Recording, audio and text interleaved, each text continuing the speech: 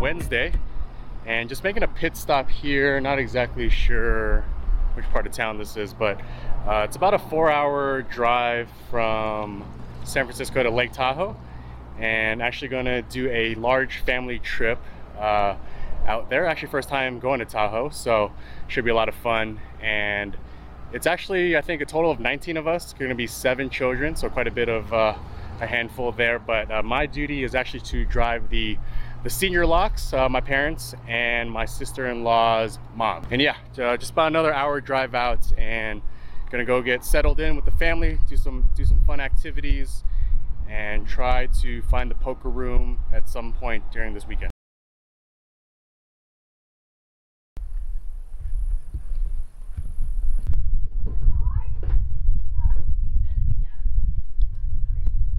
All right, just getting settled in here in the first of the 2 cabins. The other one's not ready yet, so it's actually gonna be down the block. We're gonna hop over there and get checked in when that's ready. But yeah, gonna be spending a ton of time for the next several days here with family. I just double checked locations, and it looks like Harveys Lake Tahoe and the Pepper Mill in Reno are about equidistant from here. So about a 50-minute drive to either one of those properties. And as mentioned, going to try to make it out to one of those locations, but priorities first, which is family.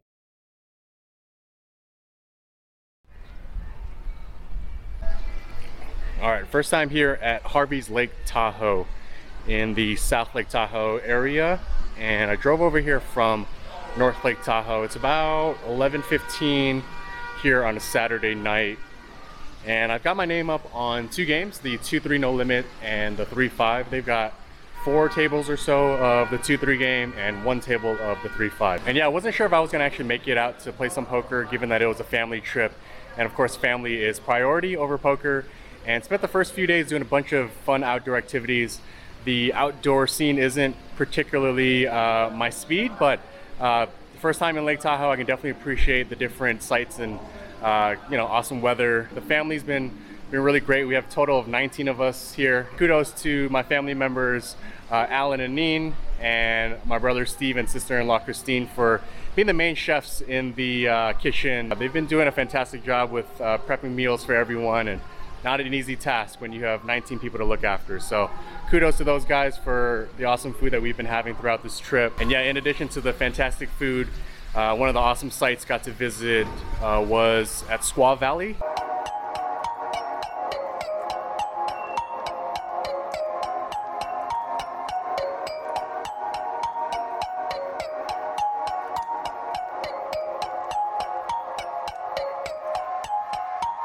What's up, bro?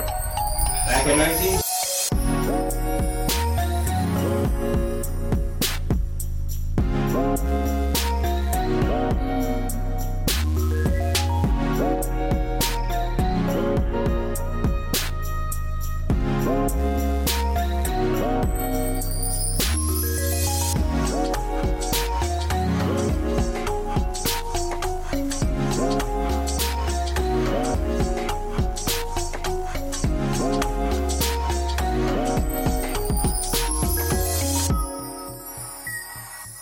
And yeah, was able to get out here on the last evening of our family trip here to play some poker tonight. So as mentioned, it's about 11:30 right now, and pretty unique in that I'm actually not here alone. So I'm actually here with my cousin Al and my brother from Hong Kong, Mike.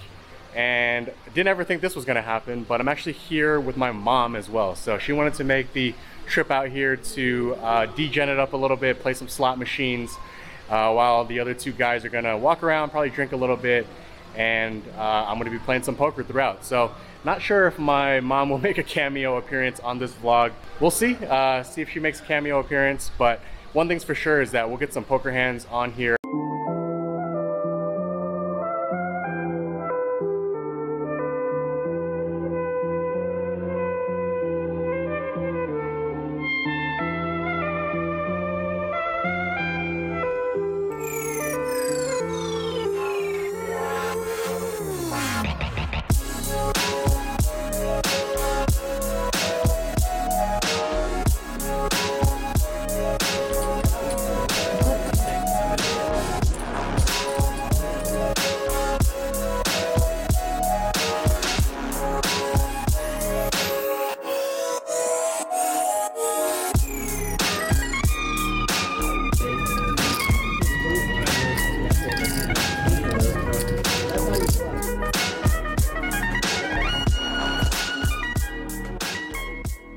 All right, back home in San Francisco, about a week removed from the trip in Lake Tahoe.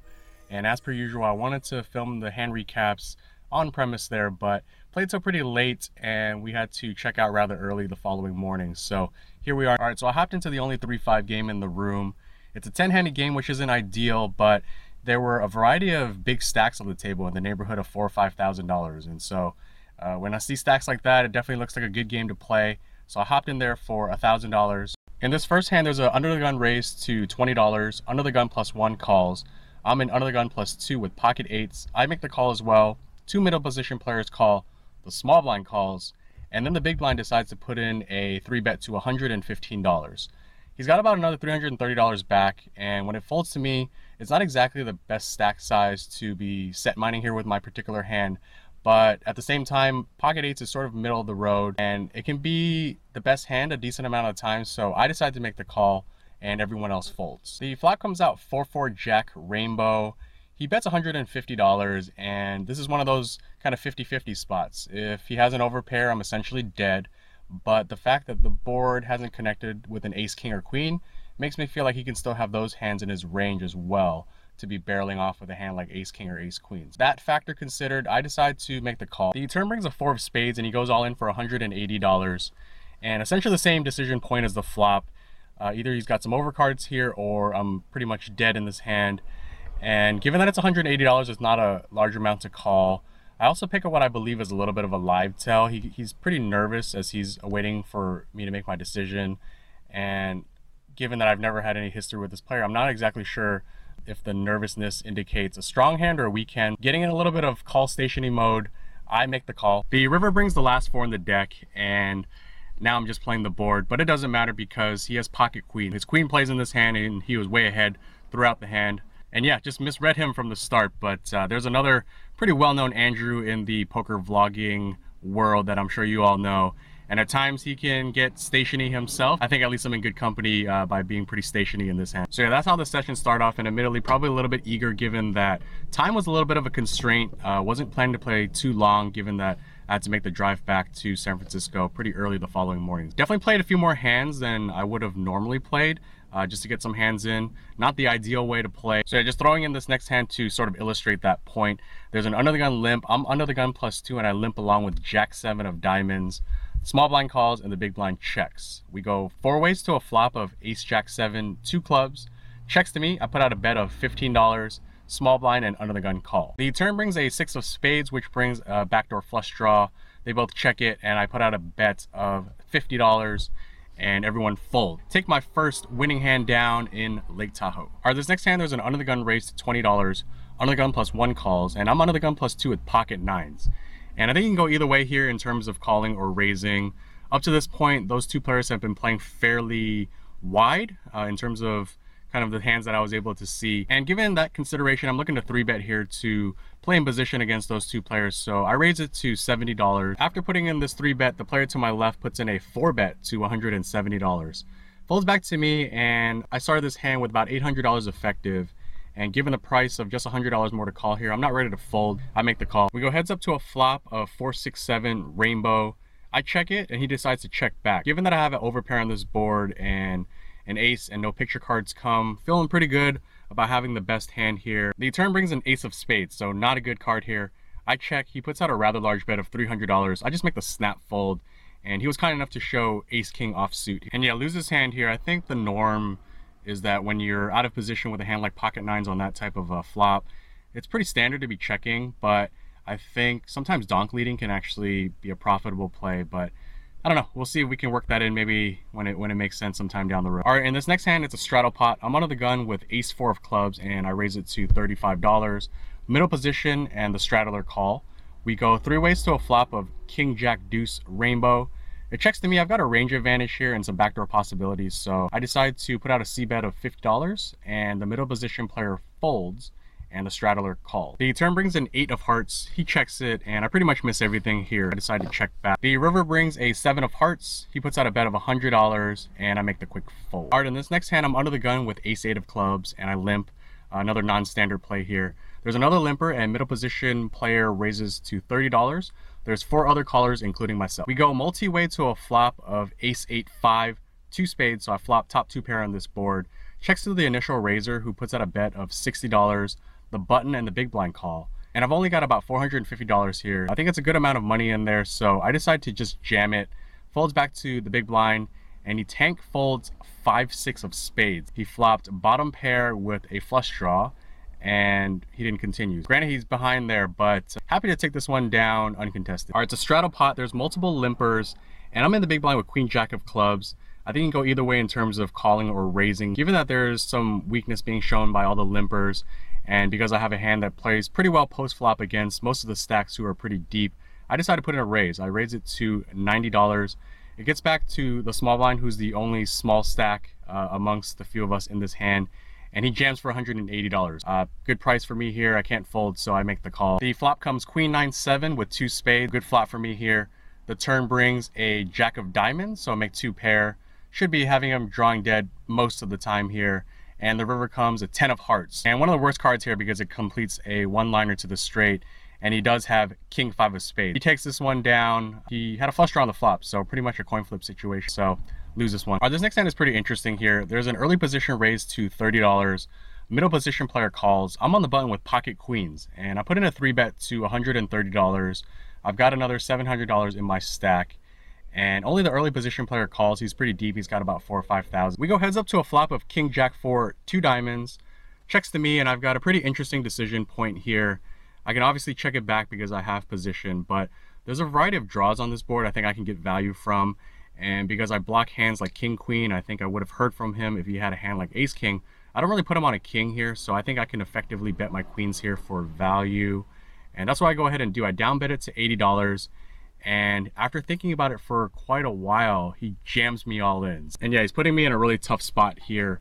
Again, I don't think he has a king in his hand, but do I really want to be stacking off with not top pair here? I don't know. It's pretty tough because I don't block flush draws, so he can definitely have that hand feeling like it's the most likely. Maybe some type of combo draw like a queen 10 of diamonds, maybe even ace queen of diamonds here. Queen 9 of diamonds also makes sense. Long story short, I decided to fold. I didn't want to get into kind of a coin flip situation in two instances where if he does have that hand, I'm essentially flipping. But I'm also, you know, flipping in the sense that I'm assuming he doesn't have a king, but he might even have a hand like as strong as king jack here and is putting me on ace king and just wants to stack me. And I'm not sure. I think I make a bit of a mistake betting the flop here, given my exact hand holding, but I like to play my ranges more so than direct hands at times. And I think this is one of the times that it bit me. Wanted to keep my range kind of all in there by betting the flop, but I'm not sure if I'm conveying that the most accurately. If you guys have any comments in that regard, feel free to drop them below on if you think that flop C bet was either a mistake or a correct play. All right, this next hand is a straddle pot. I start this hand with about $750 effective. I'm early position with 10 jack of hearts, and I raise it to $35 and I get 4 callers. We go multi-way to a flop of 9-8-6, 2 hearts. So a very good flop from my hand, flopping essentially all the different draws I can ask for. And when it checks to me, I put out a C bet of $100, gets a late position, and he jams for $700. And gets back to me, barely covers me. Having so much equity with my particular hand, I don't think I can get away. So I stick it in there. So going into the turn and river, I'm gonna need some help here, and I get it right away on the turn. It comes a queen of spades, and the river brings an 8 of diamonds. Not a good card for me, I don't think.